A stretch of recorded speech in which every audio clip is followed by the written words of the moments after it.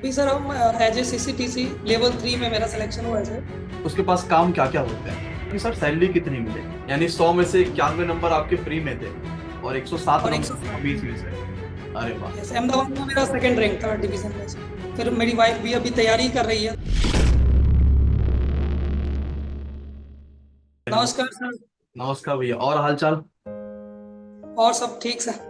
दीपक, सबसे पहले तो ये बताइए कि आपका सिलेक्शन किस डिपार्टमेंट में हुआ है रेलवे के, और साथ ही साथ ज्वाइनिंग कहाँ मिली है? अभी सर हम एज ए सीसीटीसी लेवल 3 में मेरा सिलेक्शन हुआ है सर। और अभी अहमदाबाद डिवीजन में हलवद स्टेशन पे सर बुकिंग में अभी काम कर रहे हैं। चलिए, फिर तो बढ़िया है।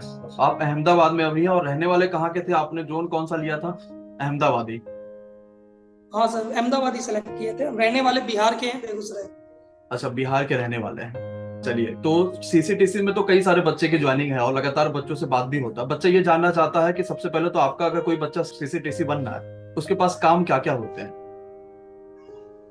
ये सर इसका तो बहुत सारा अभी मर्ज कर दिया गया है। पहले सीसी और टीसी अलग थे, अब हाँ। तो मर्ज हो गए हैं। तो गुड्स का भी काम होता है। हम्म। इसमें मालगाड़ी जो बुक होती है वो भी हाँ। काम होता है। हम्म। टिकट भी बुक करते हैं हम लोग। चेकिंग का काम भी हमारा ही होता है।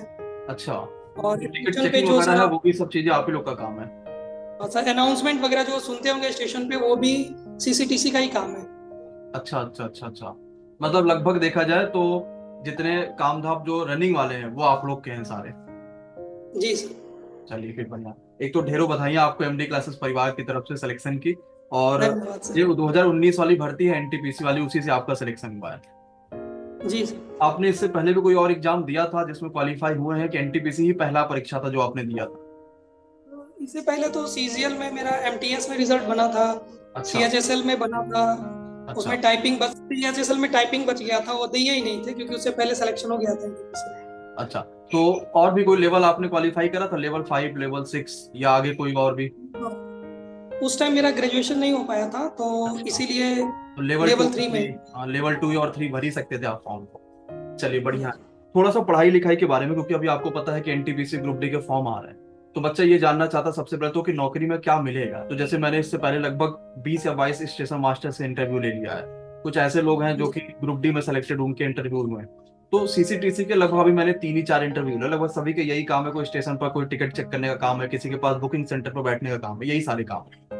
तो अब इसके बारे में तो कंफ्यूजन शायद नहीं रह जाएगा बच्चों को कि सीसीटीसी का काम क्या होता है। वो कंफ्यूजन इस बारे में ज्यादा सोचेगा कि हम तैयारी जो कर रहे हैं उसमें कितना समय देना चाहिए। हमारी गणित में, हमारी रीजनिंग में, जीके जीएस में, एनटीपीसी में 2 लेवल क्वालिफाई करना होता है। उस दोनों लेवल को कैसे क्वालिफाई कर पाए, क्योंकि रेलवे की एएलपी और एनटीपीसी ऐसी भर्तियां आती है जिसमें 2 2 लेवल क्वालिफाई करना होता है, बाकी में तो फिजिकल आ जाता है। तो एनटीपीसी की पढ़ाई के समय आपके पास, आपको कौन सा ऐसा सब्जेक्ट जिसमें सबसे ज्यादा डर लगता था एनटीपीसी के समय, जब आपने तैयारी शुरू करा था कि सर इसमें कॉन्फिडेंस नहीं आ पा रहा था? क्योंकि शुरू से ही हम सर एसएससी का तैयारी करते थे, हाँ तो मैथ रीजनिंग तो ठीक ठाक थे। हाँ। तो सबसे ज्यादा डर तो जीके जीएस में रहता था। तो जीके जैसे कैसे सुधारा फिर आपने? तो उसके लिए सर आपका जो एक वो आता है ना, जैसे आपका क्लास देखते थे जीके जीएस का, तो उसमें जो आप एनालिसिस क्वेश्चन रात में 9 बजे हम लोग करते थे फिर। डिस्क्राइब जो करते हैं वो बहुत फायदेमंद रहा सर। हाँ, ये बड़ा फायदेमंद रहा। और उससे पहले भी और पेपर के समय जब रात में हम लोग 9 बजे एनालिसिस करा करते थे कि भाई जीके हाँ से सर, हम वो ये एनालिसिस फायदेमंद रहा। वो बहुत फायदेमंद था। मैथ्स में एग्जाम के टाइम आप जितने भी एनालिसिस वाले वीडियो देते थे वो सारे के सारे हमने देखे। अरे वाह। अच्छा, मैथ्स में और रीजनिंग में आपने मजबूती और कैसे लाई? वो तो सर शुरू से ही हम लगभग पढ़ते थे स्टार्टिंग से ही। हाँ। 10th 12th से ही मेरा मैथ ठीक था, लेकिन जीके जीएस बहुत वीक था सर। तो वो अच्छा। आपके चैनल का बहुत बड़ा सपोर्ट था, जिसके कारण बहुत अच्छा स्कोर आ पाया था सर। चलिए, वो बढ़िया। और जीके जीएस में थोड़ा सा जैसे बच्चा ये डरता है ना कि जीके जीएस नहीं मजबूत कर सकते, और आपको इतना भी नहीं करना कि जीके जीएस में एकदम फुल नंबर ले आओ या 2 ही 4 नंबर कम लाओ। जीके से बस इतना पढ़ना है कि कॉन्फिडेंस अंदर से आ जाए कि यार कुछ अगर पूछा जाएगा तो मैं कर ले जाऊंगा। खास करके स्टैटिक और करंट में। और अब तो अपने पास जीके जीएस तो बहुत सारे लोग हो गए, जैसे विशाल सर बहुत बेहतर पढ़ाते हैं, वर्मा सर हमारे पास हाँ आ गए, शेख सर आ गए। अब तो बहुत सारे लोग हो गए। विशाल सर का क्लास उस टाइम था, हाँ, तो विशाल बहुत देखे सर। थे। चलिए। उनका और क्या वो क्या? छोटी छोटी चीजें इतना अच्छे से डिस्क्राइब करते हैं कि बहुत अच्छा लगता है। चलिए, तो अभी आप अपने स्टेशन पर ही बैठे हैं, अपने ही जो उसमें बैठे हुए हैं सीट पे? हाँ सर, अभी तो स्टेशन पे ही बैठे हुए। चलिए, तो एमडी क्लासेस के लोग आपको मिलते रहते हैं कि जैसे कोई अगर रेलवे में सिलेक्टेड है, कभी ऐसा डिस्कस हो गया कि भाई एमडी क्लासेस से पढ़ा है कि नहीं पढ़ा, या कहाँ से पढ़ा है, कुछ ऐसा डिस्कशन हुआ कभी?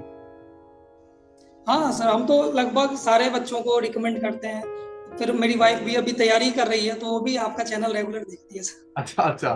चलिए, फिर तो बढ़िया कि दोनों लोग की नौकरी लग जाएगी, दोनों लोग की भाई जॉब लग गई, तो फिर तो समस्या ही नहीं आएगी। अभी आप जो है, पापा मम्मी आपके क्या करते हैं भाई?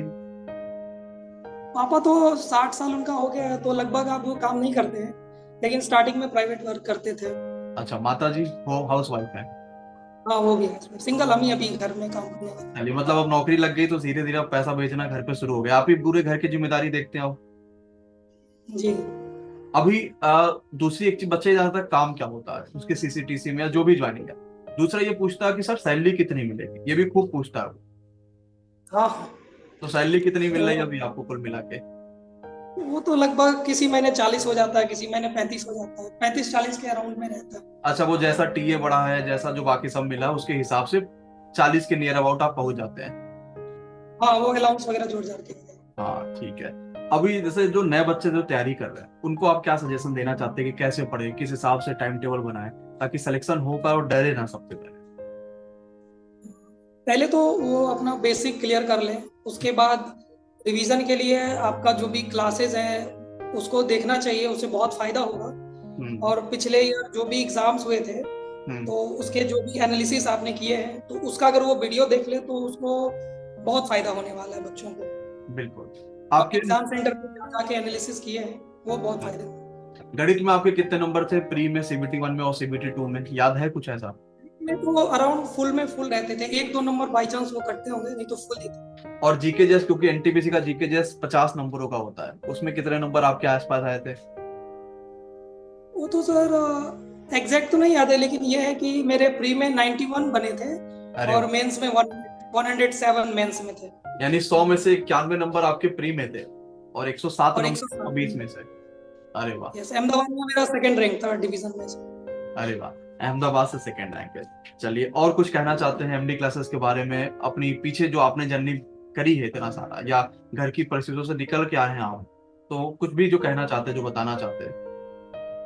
तो यही कहना चाहेंगे, जैसे स्टार्टिंग में हम तैयारी की है तो ये तो लगता था कि चलो निकल जाएंगे एग्जाम, हम्म। लेकिन जब आपके जीके जीएस को हमने पढ़ा, वो क्लास रेगुलर वाइज पे देखे, हम्म। तो एक अच्छा रैंक आया सर, उससे बहुत खुशी हुई मुझे। और आपके वो जो खासकर विशाल सर जो है, उनको हम बहुत बहुत धन्यवाद देना चाहेंगे। हाँ। उनके क्लास से हमको बहुत फायदा हुआ है। और मैथ्स में भी जो जैसे मॉक टेस्ट देते थे, हम्म। उसमें जो भी डाउट्स रहते थे उसके रिलेटेड आपका वीडियो देख लिया करते थे, तो उससे भी बहुत मदद मिली।